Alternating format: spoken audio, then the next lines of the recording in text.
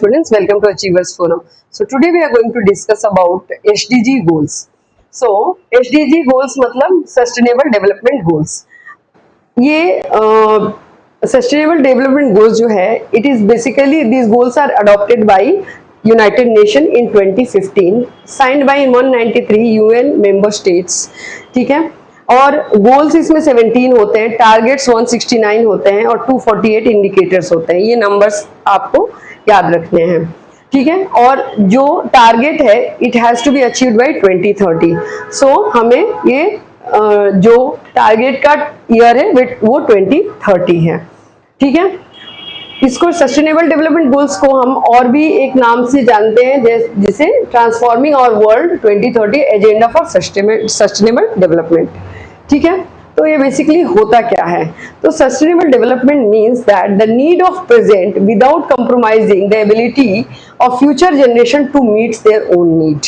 Okay, इसका मतलब इस तरीके से डेवलपमेंट करना कि प्रेजेंट जनरेशन भी अपना यूज कर सके रिसोर्सेज को और फ्यूचर जनरेशन भी इसको यूज कर सके. ठीक है, तो इसको अचीव करने के लिए हमें क्या करना है? इसको अचीव करने के लिए कुछ गोल्स बनाए गए हैं. कितने गोल्स बनाए गए हैं? As we discussed here 17 goals हैं.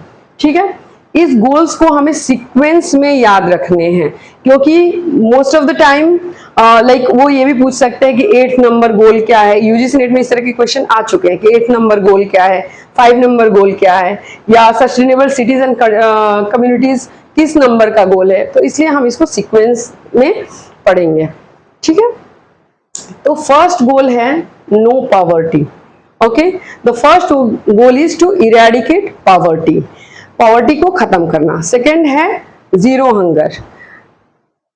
तो second goal zero hunger means giving food security to each and everyone. Next comes good health and well being. ठीक है, तो हम यहाँ पर बेसिकली बात कर रहे हैं फूड सिक्योरिटी, न्यूट्रिशन और हेल्थ के बारे में, इन 3 गोल्स के बारे में. ठीक है, जो कि बहुत ही बेसिक रिक्वायरमेंट्स है.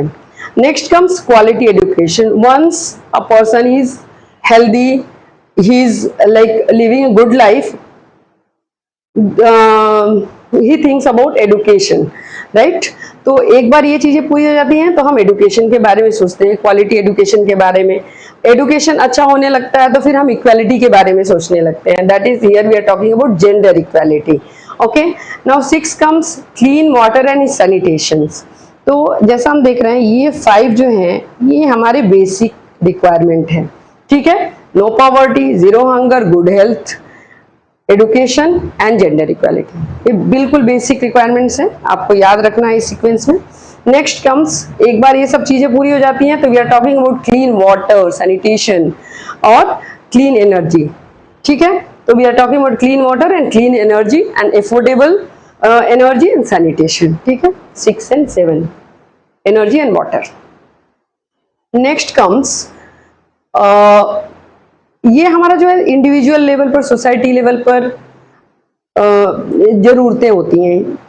ये जो 1 to 7 गोल है, यहाँ से थोड़ा पर्सपेक्टिव बड़ा हो जाता है. ठीक है, because once you are educated, once you are getting a clean neat society, अब आप क्या सोचते हो next? To get decent work. Decent work कैसे होगा? By economic growth. Okay, so यहाँ पर हम थोड़ा बड़ा सोचने लगते हैं. नेक्स्ट कम्स इकोनॉमिक ग्रोथ कैसे आएगी? With industry, innovation, infrastructure, these developments are needed. Okay, so once these 2 are done, next comes reduce inequality. Here also we are talking about inequalities about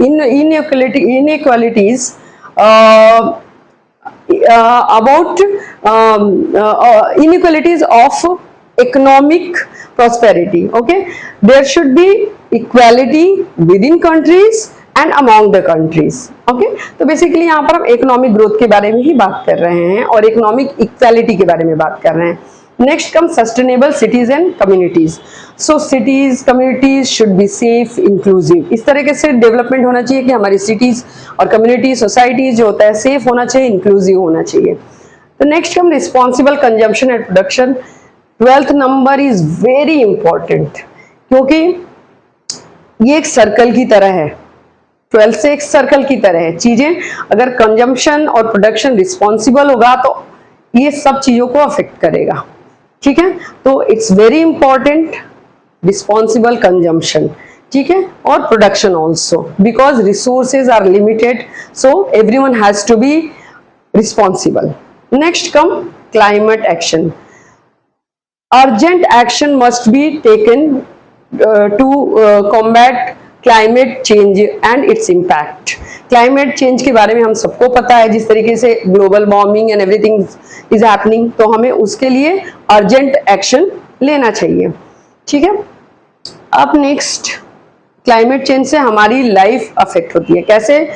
पानी के नीचे भी, लाइफ बिलो द वाटर और life on the land, ये दोनों चीजें इसको impact करेंगी क्लाइमेट चेंज के होने से, ठीक है। तो life below the water means आप ओशियन, सी, मरीन रिसोर्सेज को भी कंजर्व करना पड़ेगा और उनको प्रोटेक्ट करना पड़ेगा। Life on the land like protecting wild life, wetland, conserving biodiversity, forest, ये सब के लिए ऊपर भी काम करना पड़ेगा। तो it's life on the land, okay. तो ये सब चीजें होने के बाद ही क्या पॉसिबल है? 16 और 17 पॉसिबल है। once you will achieve up to 15, then only 16 and 17 is possible. What 16 and 17? 16 is peace, justice, is strong institution. इसका मतलब है कि everyone should get, justice. Institutions should be transparent and accountable. Then only there will be peace in the society. और partnership for the goals. मतलब ये सारे goals हम किसके लिए बना रहे हैं? वर्ल्ड के लिए। तो और सारे लोकल लेवल पर और ग्लोबल लेवल पर पार्टनरशिप होनी चाहिए। Then only we will able to achieve this. And target is 2030. ठीक है। One more thing, we will talk about the scorecard of SDG goals. तो it is topped by Finland, followed by Denmark, Sweden, Norway. India का position 94th है। तो India is also has adopted these goals और इसका position अभी 94th है, but उसके लिए काम हो रहा है। तो ये एसडीजी गोल्स है। इसमें से कहीं से भी क्वेश्चन आ सकते हैं, किसी नंबर से आपको उठा के पूछ सकते हैं कि गुड हेल्थ एंड वेलबींग किस नंबर का गोल है, या 15 नंबर का गोल कौन सा है। तो इस तरीके से बहुत ही सिंपल और इंटरेस्टिंग टॉपिक है। एक बार आप प्रिपेयर कर लेंगे तो